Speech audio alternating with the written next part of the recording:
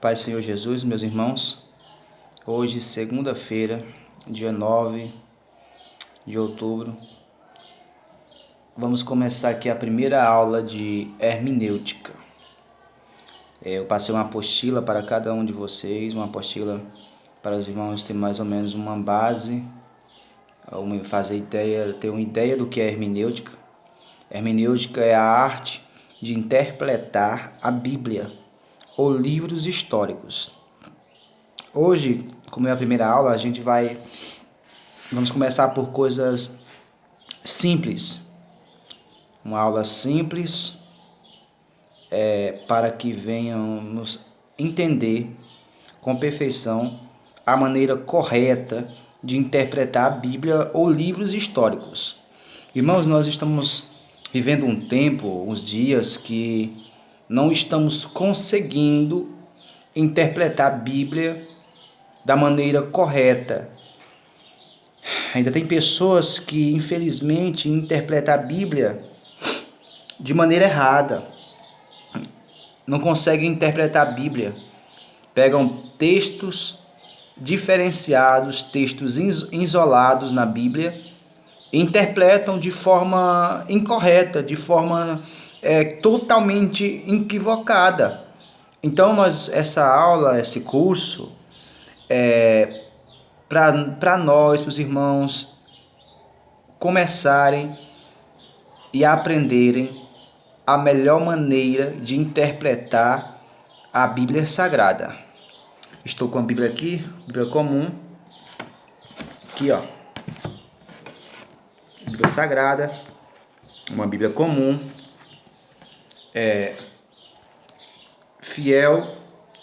uma Bíblia fiel ao texto original. Mas hoje nós vamos começar com algumas coisas que todos nós temos que saber.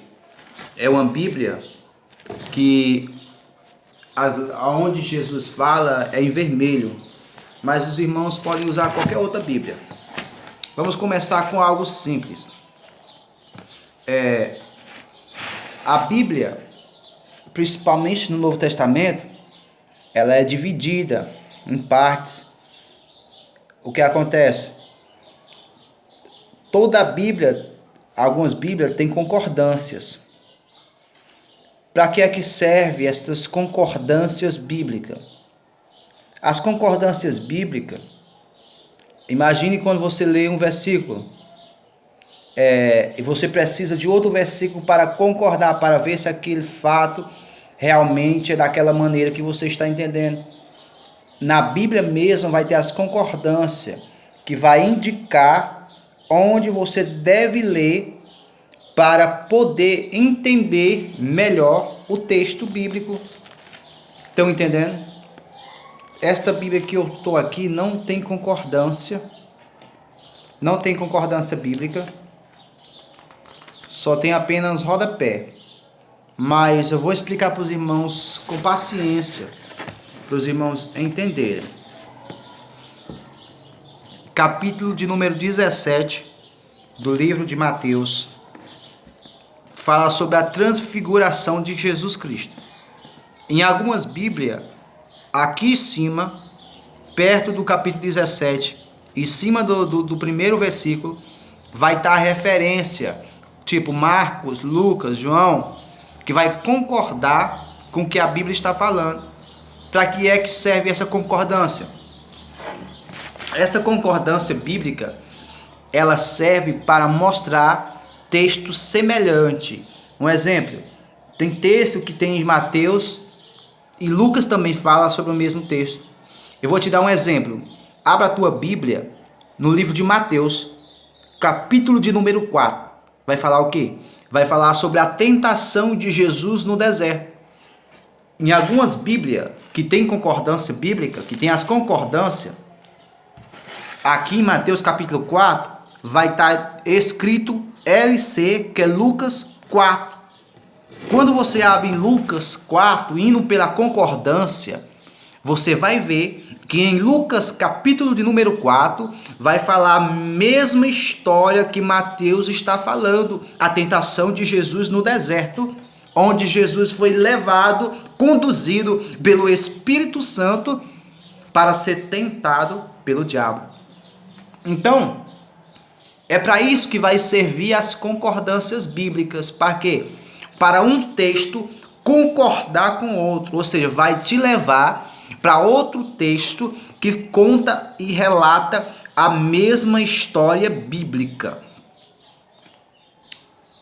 Em algumas Bíblias também vai ter o rodapé. O que são esses rodapé? Olha aqui embaixo. Ó, tô passando meu dedo aqui, ó. Vocês estão vendo? Nas Bíblias tem os rodapé. Missionário, mas para que serve esse rodapé? Você lê um texto, tipo, aqui o rodapé tá escrito aqui, ó, 2:18.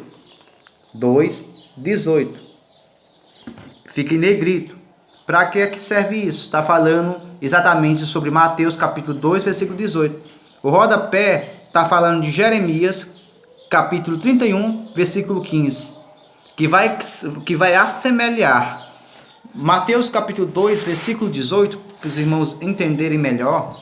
Vai falar assim, ó: ouve-se uma voz em Ramã, pranto e grande lamento era Raquel, que chorava por seus filhos e não queria ser consolada porque havia perecido. No rodapé onde eu mostrei, vai estar indicando Jeremias 31, 15. Vamos em Jeremias para a gente ver o que é que vai falar? Jeremias capítulo 31,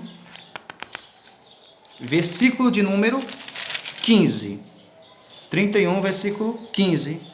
Olha o que é que Jeremias vai falar. Assim diz o Senhor: ouve-se uma voz em Ramã, lamento e clamor amargo, é Raquel que chora por seus filhos e recusa ser consolado por causa deles, porque pereceram.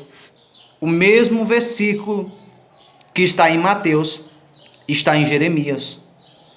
Isso são o rodapé da Bíblia. Esse rodapé vão mostrar versículos semelhantes. Entenda uma coisa: as concordâncias vão mostrar passagens bíblicas semelhantes, como eu citei Lucas e Mateus. Mateus 4, Lucas 4. O rodapé da Bíblia, que fica aqui embaixo, localizado aqui embaixo, ó, aqui embaixo da Bíblia, vai falar sobre os versículos que se assemelham, os versículos que são parecidos. Se Mateus está falando uma história, um versículo, vai apontar para Jeremias, vai contar aquela história ou continuar a mesma história. É para isso que serve o rodapé da Bíblia Sagrada. Mas qual é a melhor maneira de interpretar a Bíblia Sagrada? Primeira coisa que eu quero deixar claro para os irmãos: temos que estudar a Bíblia. Não basta, irmãos, nós pegarmos a Bíblia e lermos ela de toda maneira. Não vai te fazer vantagem para você falar que leu a Bíblia toda. O importante não é o tempo que você leu uma Bíblia toda. O importante é como você leu. Se você leu a Bíblia num ano e outra pessoa leu em 6 meses, quem leu em 6 meses pode entender menos que você que leu num ano. Por quê? O importante não é tanto de tempo que você passa lendo ela, e sim como você lê. Tem pessoas que pegam a Bíblia e quer ler rapidinho e já quer entender o texto. Não. Entenda uma coisa: leia o texto várias vezes. Várias vezes. Olhe as concordâncias onde eu acabei de mostrar. Vai no rodapé se tiver dúvida. E algo importante: estude. Hoje todo mundo tem acesso à internet. Todo mundo hoje tem acesso, então você pode estudar pela internet. Você pode pegar um texto e procurar histórias, relatos, procurar porquê. Vocês estão me entendendo? Vocês têm que estudar a Bíblia, não apenas pegar nela de qualquer maneira. Esta aula de hoje é uma aula rápida, é apenas o começo. Nós vamos nos aprofundar muito na arte de interpretar a Bíblia. Nós vamos nos aprofundar muito nessa semana. Todos os dias eu vou mandar o vídeo. Lembre-se, você pode ir no grupo, perguntar, questionar, você pode fazer o que você tiver dúvida. Pergunte que a gente vai tirar a dúvida de vocês. Vocês não vão sair, não vai acabar esse curso, você sem entender nada. Você vai sair daqui conseguindo interpretar até textos difíceis. É para isso que serve a hermenêutica. Então vamos entender uma coisa. Toda a Bíblia é dividida entre capítulo e versículo. Eu quero deixar algo bem claro para vocês. Tem versículo que de um versículo para o outro demora anos. Eu vou te dar um exemplo. Em Gênesis, quando Deus cria a terra, Deus forma o homem. Vamos entender que às vezes de um versículo para o outro demora anos. Um versículo começa a contar uma história. No outro versículo você vê que já é um pouco diferente, mas falando da mesma história. Por quê? Porque de um acontecimento para o outro demorou anos, dias, meses. Então, temos que aprender essas regras da Bíblia. Às vezes, de um capítulo para o outro, demora décadas, aconteceu durante décadas, 100, 200 anos, 50. Então, a Bíblia é dessa maneira. E vamos entender algo importante sobre a Bíblia hoje, para você conseguir interpretar ela melhor. Não leia o texto uma vez apenas. Leia o texto muitas vezes. Quando você não conseguir, procure estudo sobre o texto. Decore isso que eu vou falar para você. Comece a fazer perguntas para o texto, para você entender melhor. Você que é pregador, você que é cantor, você que quer entender a Bíblia. É impossível você entender ela perfeitamente se você não fizer pergunta para o texto. Você quer um exemplo? A gente começou com a história de Jesus no deserto, a tentação de Jesus no deserto. Vamos voltar para lá. Como eu citei Mateus, vamos para Lucas, capítulo 4, para você entender melhor o que eu quero falar a respeito de fazer perguntas à própria Bíblia. Lucas capítulo 4, você pode ler Mateus capítulo 4. Olha o que a Bíblia diz. Jesus, cheio do Espírito Santo, regressou do Jordão e foi conduzido pelo Espírito ao deserto. Por 40 dias, sendo tentado pelo diabo, não comeu nada durante esses dias, e acabando os dias, teve fome. E disse o diabo: se tu és o Filho de Deus, ordena que essa pedra se transforme em pão. Jesus respondeu, dizendo, está escrito, não só de pão viverá o homem, mas de toda a palavra que sai da boca de Deus.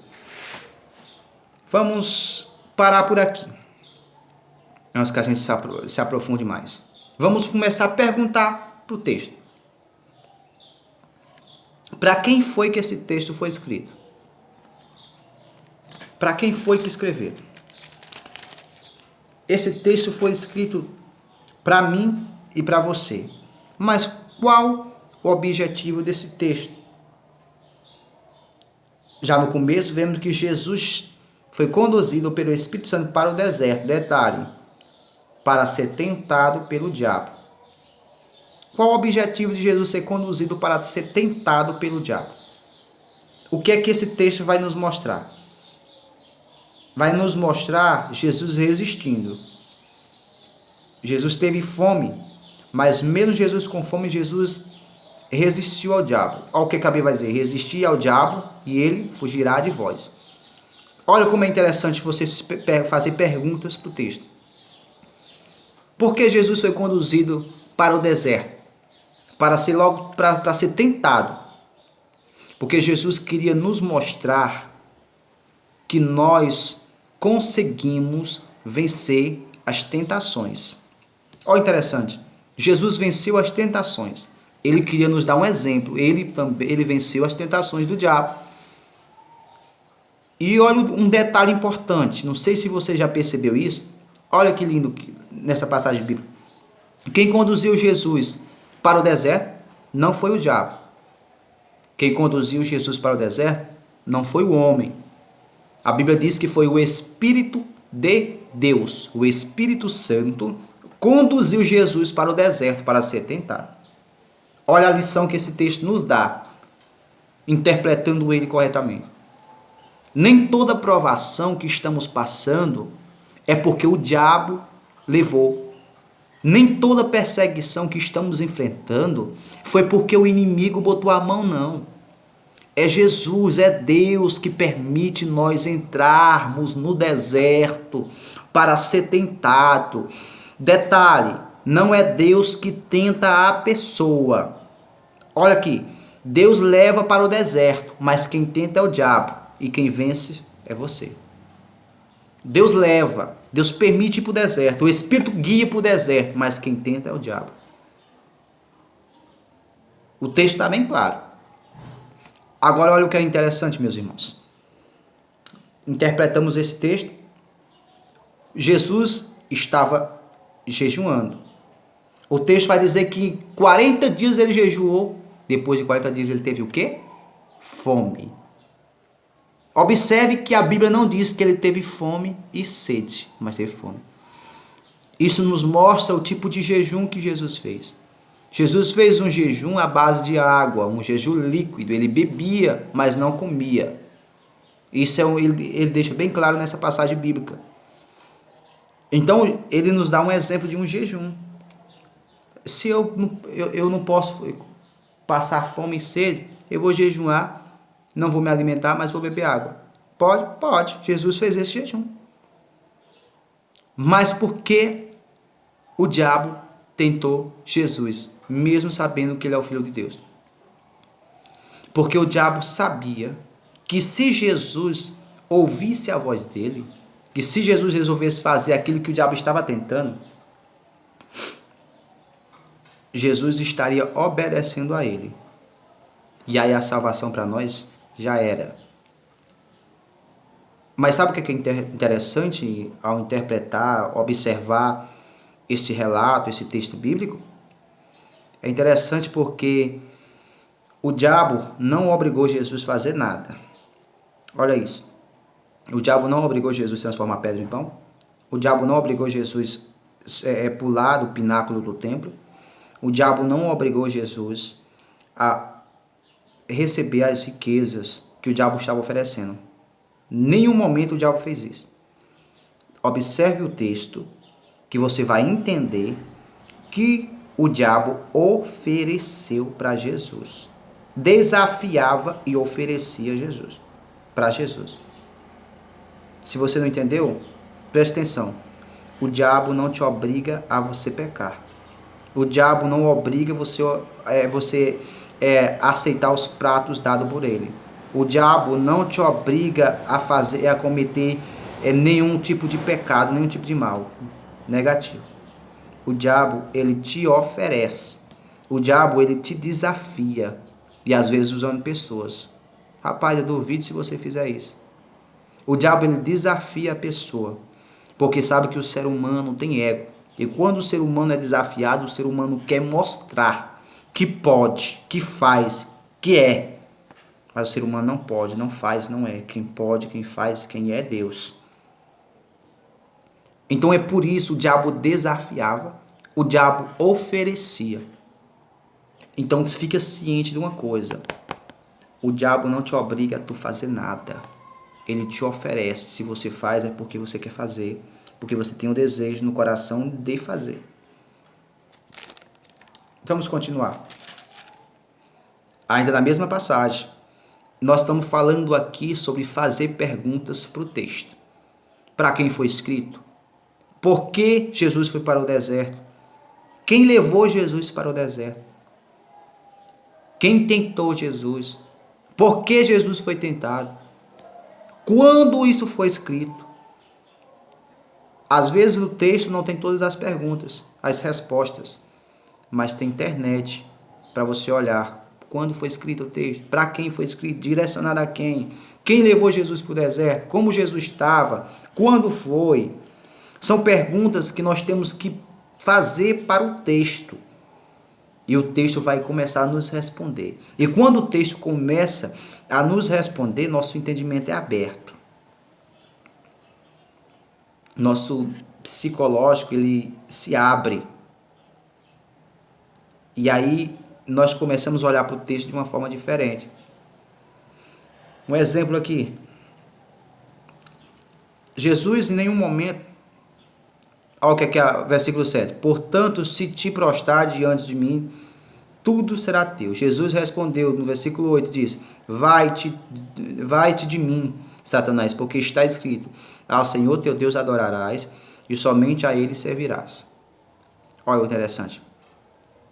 Jesus, ele não revidou Satanás com nenhum outro tipo de palavras. Jesus não xingou, Jesus não esculhambou, Jesus não amaldiçoou. Jesus usou a palavra de Deus. Ele usou passagens bíblicas para isso. Qual é a lição que esse texto nos dá? Que a palavra de Deus tem poder suficiente para responder qualquer pergunta. Como assim? As pessoas estão falando mal de você? Palavra de Deus. As pessoas estão te criticando? Não, eu vou revidar. Não. Palavra de Deus. As pessoas estão falando mal de mim? Eu vou falar mal também. Não. Palavra de Deus. As pessoas estão dizendo que eu não presto, que eu não valo nada. Eu vou revidar, eu vou xingar, eu vou esculhambar, eu vou falar a mesma coisa. Eu vou desabafar no Facebook, no WhatsApp, nos status. Não. A palavra de Deus é a maior resposta. A palavra de Deus é a maior resposta. Fala de Jesus. Fala da palavra. Amém? Hoje é uma aula rápida. 22 minutos de aula. Primeiro vídeo aula. Nós temos a semana toda. Nós vamos nos aprofundar. Hoje é apenas uma base para os irmãos começarem a interpretar melhor o texto. É apenas o começo. Olhe para esse pequeno vídeo como algo bem rasinho ainda. Algo que nós ainda vamos cavar muito, vamos muito fundo. Como eu falei para vocês, é um texto, é uma aula que vai abrir muito entendimento. Então, eu não posso começar rapidamente já pro grosso, porque pode confundir um pouco. Mas qualquer dúvida, começa a chamar aqui no grupo mesmo. Começa a perguntar aqui no grupo mesmo, que a gente vai responder. Tem muito assunto muito bom, assunto maravilhoso, que você vai ficar encantado, viu? Paz do Senhor Jesus. Qualquer dúvida, chama no grupo. Isso é só o começo, não desanima não. Fique na aula, aprenda até o fim, fica até o fim que você vai aprender muita coisa. Você vai aprender muita coisa, não porque é comigo, mas porque Deus, ele tem uma palavra para seu coração, ele vai abrir o teu entendimento. Escute isso, ele vai abrir o teu entendimento para você ministrar a palavra de Deus melhor dentro da tua casa, para a tua família. Então, fique até o final dessas aulas, fique até a última aula de hermenêutica, homilética, exegese, de todas as aulas, que você vai ser daqui um pregador. Vai pregar mais do que eu 1000 vezes. Eu nem prego mais, eu só leio a Bíblia. Mas você vai estar aqui com entendimento renovado, viu? Deus abençoe. Qualquer pergunta, qualquer dúvida, nos chame aqui, porque estamos aqui para isso. Deus abençoe.